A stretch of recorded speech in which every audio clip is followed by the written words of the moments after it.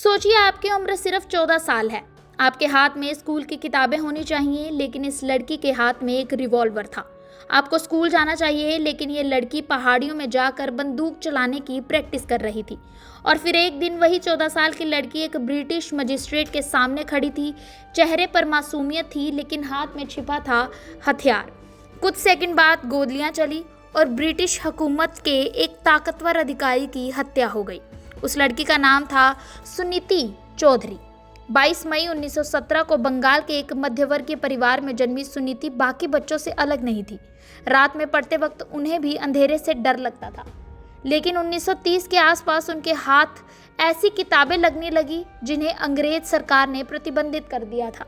आज़ादी की लड़ाई अपने चरम पर थी। जगह जगह प्रदर्शन हो रहे थे, गिरफ्तारियां हो रही थी और पुलिस भारतीयों पर बर्बर कार्रवाई कर रही थी।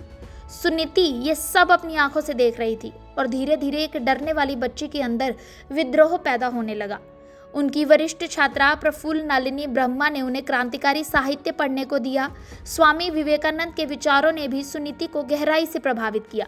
वो छात्राओं के स्वयंसेवी दल की मेजर बनी और जब नेताजी सुभाष चंद्र बोस वहां आए तो लड़कियों की भूमिका को लेकर सवाल भी उठाया गया। लेकिन जवाब साफ था कि अगर देश के लिए लड़ना है तो लड़कियां भी पीछे क्यों रहें। इसी सोच के साथ सुनीति और उनके साथी शांतिसुधा घोष ने सिर्फ संदेश पहुंचाने या पर्चे बांटने से आगे जाने का फैसला किया। वे हथियार उठाना चाहती थी।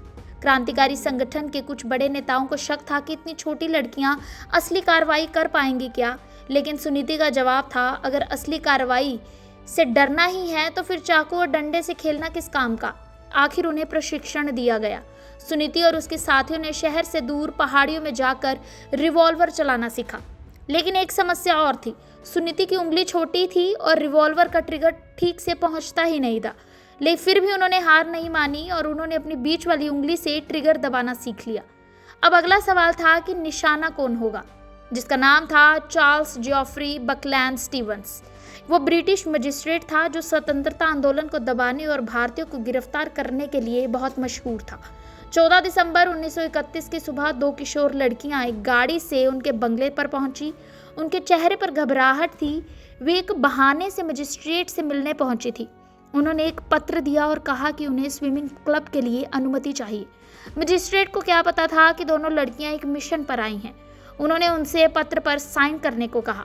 स्टीवंस अंदर गया, हस्ताक्षर करके वापस आया और यही उसकी जिंदगी का आखिरी फैसला साबित हुआ। अगले ही पल दोनों लड़कियों ने अपने कपड़ों में छिपाए रिवॉल्वर निकाल लिए। दोनों ने मजिस्ट्रेट पर गोलियां चला दी। कमरे में अफरा तफरी मच गई। लोग दौड़कर पहुंचे।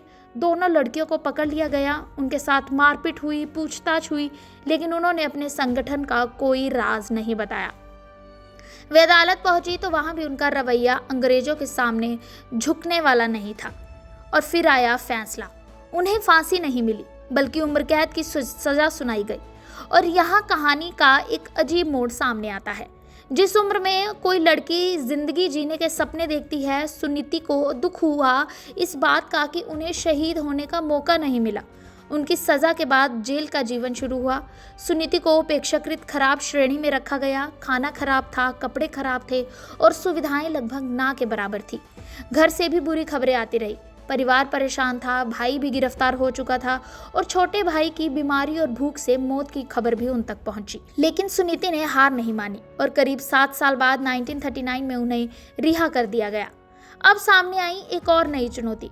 22 साल की सुनीति के पास कोई औपचारिक उच्च शिक्षा नहीं थी, लेकिन जिस लड़की ने 14 साल की उम्र में अंग्रेजी मजिस्ट्रेट का सामना किया हो, उसके हौसले को जेल भी नहीं तोड़ पाती।